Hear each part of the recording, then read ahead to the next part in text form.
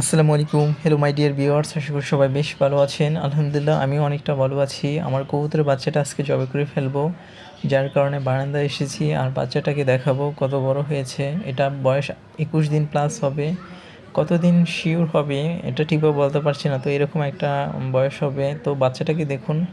বাচ্চাটার একদম গায়ের লোম সব কিছু বড় বড় হয়ে গিয়েছে। আর কয়েকদিন পর এটা নিজেই খেতে পারবে। তো বাচ্চাটাকে এখন আর আগের মতো তেমনটা খাওয়ায় না এদের মা বাবা, কারণ বাচ্চাটা বড় হয়ে গেছে।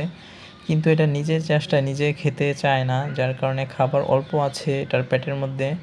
আর বাচ্চাটাকে আজকে জবাই করে ফেলবো একটু পরেই। তো আমার মা আছে কাছে, মায়ের কাছে দিয়ে দেবো বাচ্চাটাকে। আর এদিকে ইউটিউবে যেহেতু আমি অল্প অল্প ভিডিও দিই, যার কারণে ছোট্ট একটা ফুটেজ নিলাম। বাচ্চাটা ওর জন্য মায়া হচ্ছে, কারণ বাচ্চাটা একটু পরেই জবাই করে ফেলবো। এখন দুনিয়াতে আছে, একটু পরে এটা পরকালে চলে যাবে। তো কী আর করা, পোষা প্রাণী এগুলো তো আমাদের জন্যই সৃষ্টি করেছে আল্লাহ, যার কারণে এদেরকে জবাই করে ফেলতে হবে। আমার যেহেতু অনেকগুলো কবুতর আছে, তার জন্য এই বাচ্চা আর বড় করি না এখন। আর আগের যে কবুতর আছে ৪ জোড়া, এগুলোকে প্রপার যত্ন নিতে হবে, এদেরকে ভিটামিন কোর্স দিতে হবে।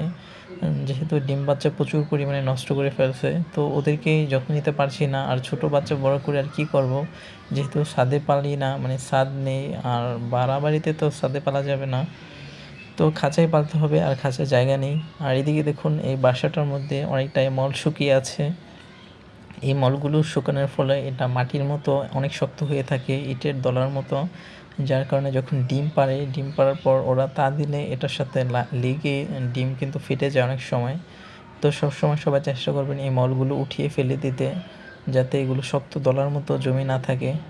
তো এরপর হাঁড়িটা আমি খাঁচার মধ্যে দিয়ে দিয়েছি। এরা কয়েকদিনের মধ্যে ডিম পাড়বে, আর এদেরকে ২-১ দিনের মধ্যে গোসল করে দিতে হবে, যেহেতু বাচ্চা বড় হয়ে গিয়েছে। আর ডিম পাড়ার আগ মুহূর্তে এদেরকে গোসল করে দেব। আর বাচ্চাটাকে যে ওয়াশরুমে নিয়েছি জবাই করার জন্য, জবাই করা হয়ে গিয়েছে, এখন এটাকে ক্লিন করে তারপর কেটে ফেলবে। তো আমার ভিডিওটা আজকে এই পর্যন্তই। সবাই ভালো থাকবেন। আর ভিডিওটা ভালো লাগলে সবাই একটা লাইক, কমেন্ট আর সাবস্ক্রাইব করে পাশে থাকতে পারেন। আল্লাহ হাফেজ।